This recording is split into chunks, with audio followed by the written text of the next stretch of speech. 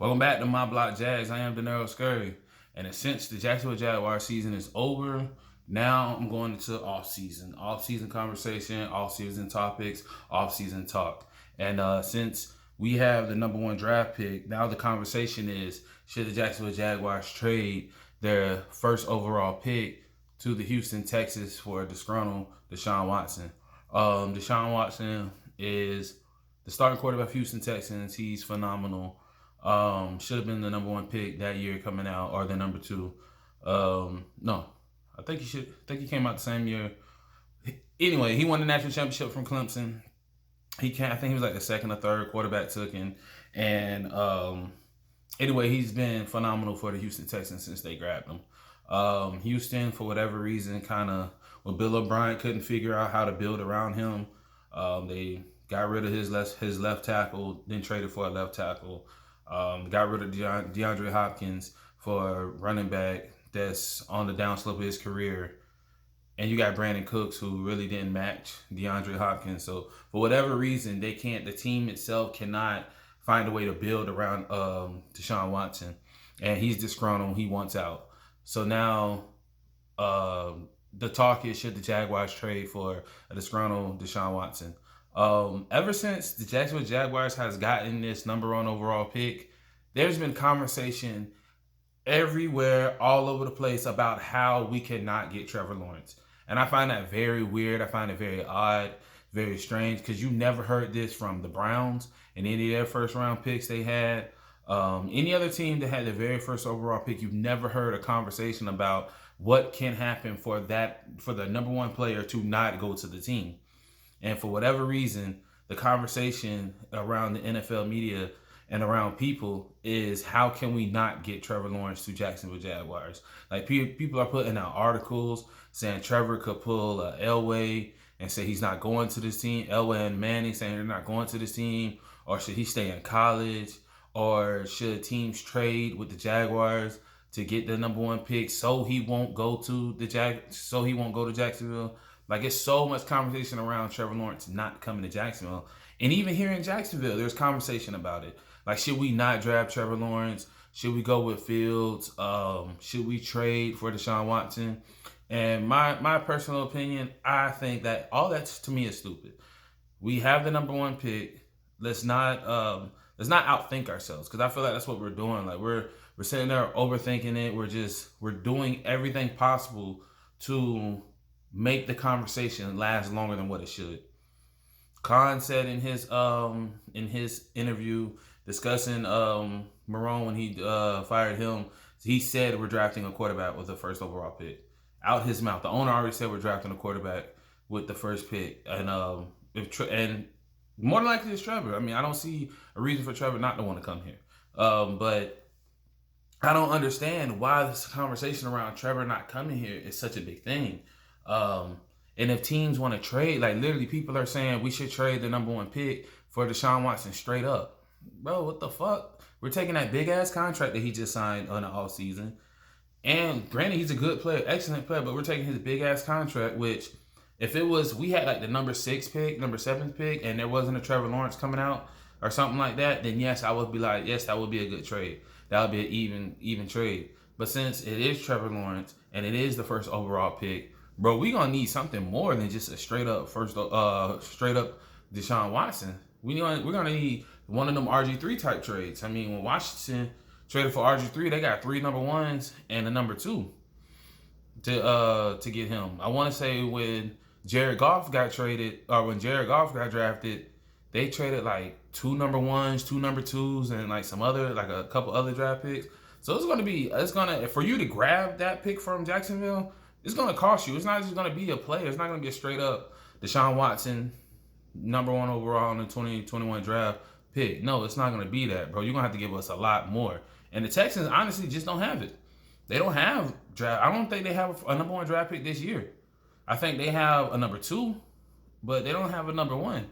So it's like, no, bro. It just, in my personal opinion, how valuable that pick is, the team has to match the assets to how valuable the team is, how valuable the pick is.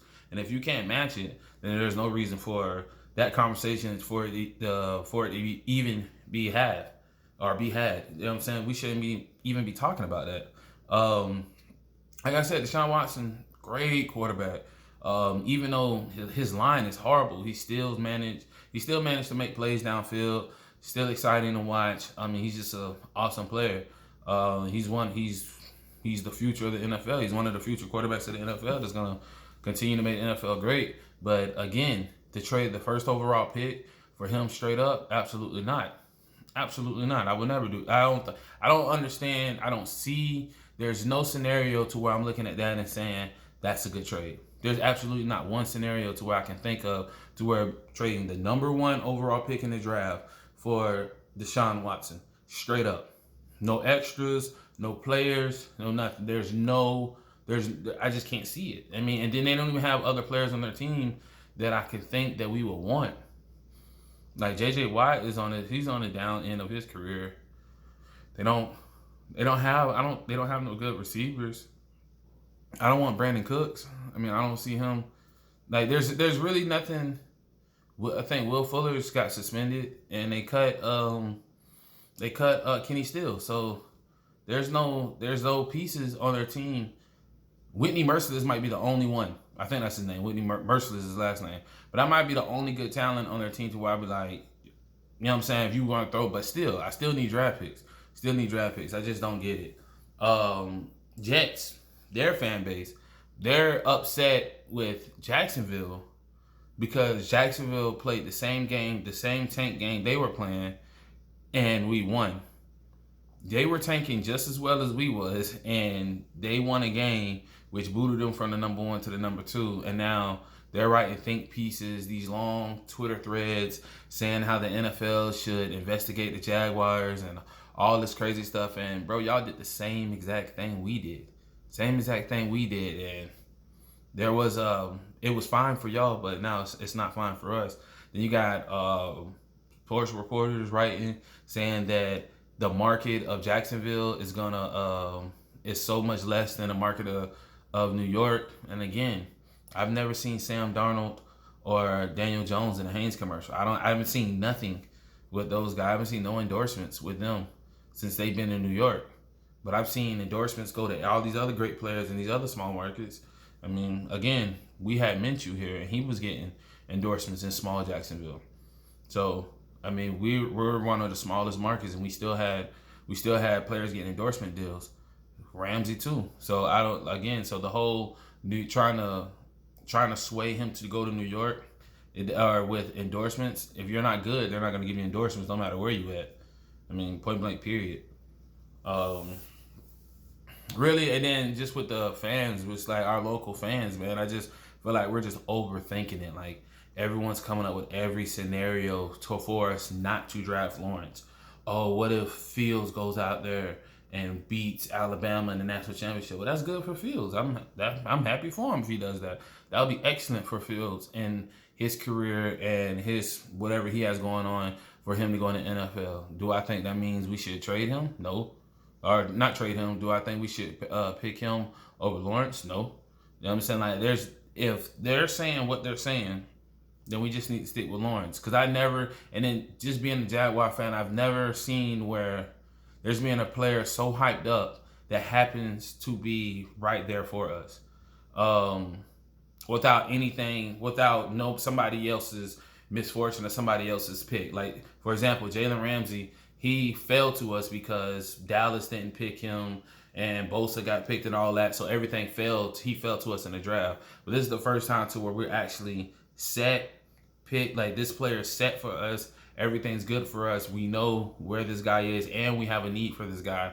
And it's all up to us. It's our option, our choice. We don't have to worry about no other factors. It's just for us. And it's the first time ever in Jacksonville history that we had something like this. And I feel like the clock is running too fast in too many people's heads to where I feel like the conversation now is, what can we do to not make this happen? Like, to me, it's very obvious and an easy choice, but for whatever reason, the conversation is, how can we not make this happen? And I just really don't get it, especially from the fan base, because if you listen to what everyone's saying, we're all trying to we all have the same goal. We want to win games.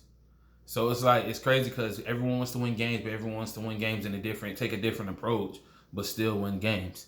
And then everyone has an issue with the next person's opinion, but like I said, you're overthinking it. Not to mention, you have people comparing him to Blaine Gabbert. If you looked at Blaine Gabbert in college and you looked at Trevor Lawrence in college, there's absolutely no comparison besides they're white with long hair. That's the only comparison I can honestly see from Blaine Gabbert to Trevor Lawrence. And people are calling him Blaine Gabbert without him even touching the NFL field. And then the only comparison you have is college. And what if you look at their tapes, they look nothing alike. Not to mention the only thing that you can compare it to is that they're white with long hair. But outside of that, they don't play the same. They don't look the same.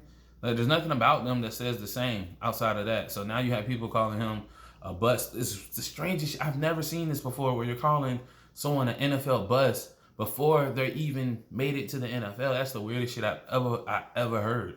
I've never seen that in no sport.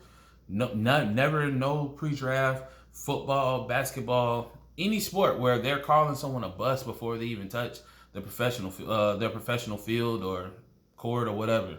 This is the craziest shit ever. And like I said, I think you just have these negative fans who just want to be negative. Like, this, literally, we've been bad so long to where now they're just these negative. They just have these nothing. Everything that comes out their mouth is always negative about the team. Negative.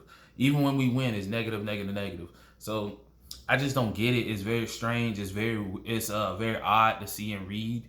And he's crazy. And they're writing these think pieces on Twitter and Facebook about how we should go other routes. It's very odd. It's very strange. Hopefully we got more information on everything else in the off season. I don't want to keep making these Trevor Lawrence videos because it's tiring. It's tiring to me. It's tiring for me to read it, and I think it's foolish. But hopefully I don't have to keep making these Trevor Lawrence videos and comparing to Justin Fields and all that craziness. But hopefully this offseason, with us firing GM, firing head coach, hopefully Khan with the GM and the head coach, hopefully we find somebody good, somebody worth it, somebody who's actually coming in here to win, not just collect a check and trying to be so-so. Because I feel like that's how a lot of times when we bring people in, it's more of the team is so bad that they know they can't turn it around. I don't believe Mike Mularkey believed he could turn this team around. I think he just came in. I think it was his first head coaching job. I might be wrong, but I don't believe he 100% thought that he could turn the team around because of how bad the team looked. And I hope we get a coach and GM that comes in here and that's their number one objective. Let's build the team so that way we can have a winning organization.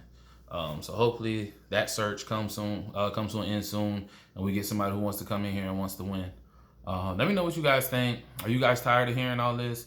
Yeah, and if you are one of these people who think that we should trade him, please give me a good scenario. Please don't be one of these stupid people that say that only do fantasy football and play Madden and come up with these dumbass trades.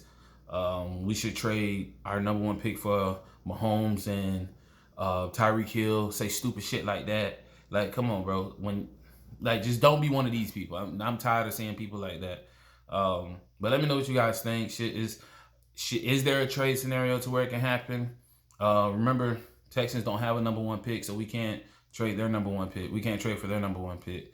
Is there a scenario that this trade could happen? Do you see a scenario to where we don't draft Lawrence? Do you see a scenario to where another team can give us a group of picks to trade for that number one pick?